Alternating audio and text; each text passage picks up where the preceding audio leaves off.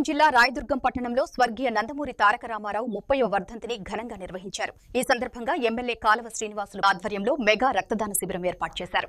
ముందుగా ఎన్టీఆర్ విగ్రహానికి పూలమాలలు వేసి ఘన నివాళులు అర్పించిన ఎమ్మెల్యే కాలవ శ్రీనివాసులు రక్తదానం చేస్తున్న దాతలను స్వయంగా కలిసి అభినందించారు.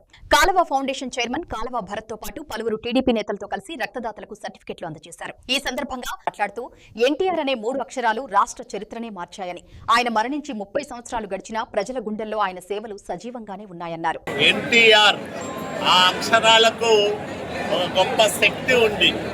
ఆ అక్షరాలు ఈ రాష్ట్ర స్థితిని గతిని మార్చిన గొప్ప చరిత్ర కలిగిన అక్షరాలు. అందుకని 30 సంవత్సరాల కిందట మరణించిన ఒక మహానాయకుడి జ్ఞాపకార్థం ఈ రోజుకు వేలాది మంది వచ్చి వివిధ రూపాల్లో సేవా కార్యక్రమాలు చేస్తూ ఉన్నారంటే ఎన్టీఆర్కున్న శక్తి, ఆ పేరుకున్న బలం, ఎన్టీఆర్ ఈ రాష్ట్రానికి చేసిన సేవలు, సమాజంలో వచ్చిన మార్పులు, బడుగు బలహీన వర్గాల పట్ల ఆయన చూపిన ప్రేమ, అభిమానం, ఇవన్నీ కూడా కారణాలుగా మనం చెప్పవచ్చు.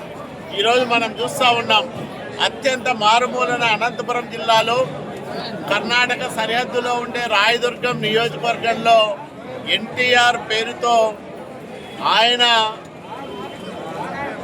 ఘన నివాళి ఆయనకు అర్పించడానికి ఏర్పాటు చేసిన ఈ రక్తదాన శిబిరంలో పెద్ద సంఖ్యలో యువతీ యువకులు, మధ్య వయస్కులు పాల్గొని స్వచ్ఛందంగా రక్తదానం చేస్తూ ఉన్నారు. ఈసారి ఎక్కువ మంది, మొదటిసారి యువకులు యువతులు వచ్చి రక్తదానం చేయడం ఒక శుభ పరిణామం. అంటే రక్తదానం పైన ఈ నవతరానికి ఉన్న అవగాహన, అట్లాగే సమాజం పైన వీళ్లకు ఉన్న బాధ్యత, ఇవన్నీ కూడా తెలియజేస్తాయి.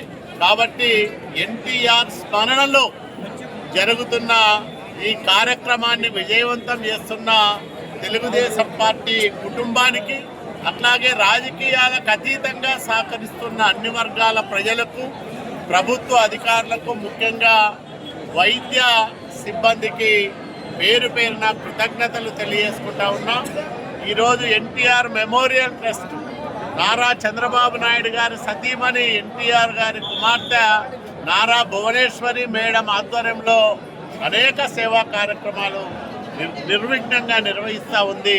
ఒక గొప్ప పేరు ప్రఖ్యాతులు సంపాదించుకుంటా ఉంది ఆ ట్రస్టు. కాబట్టి ఈ రాష్ట్రంలో ఒక మంచి పరిపాలన అందిస్తున్న నాయకుడి సతీమణి నాయకత్వంలో నడుస్తున్న ఎన్టీఆర్ ట్రస్టుకు ఈరోజు మేమందరం కూడా రక్తదానం చేస్తూ ఉన్నాం.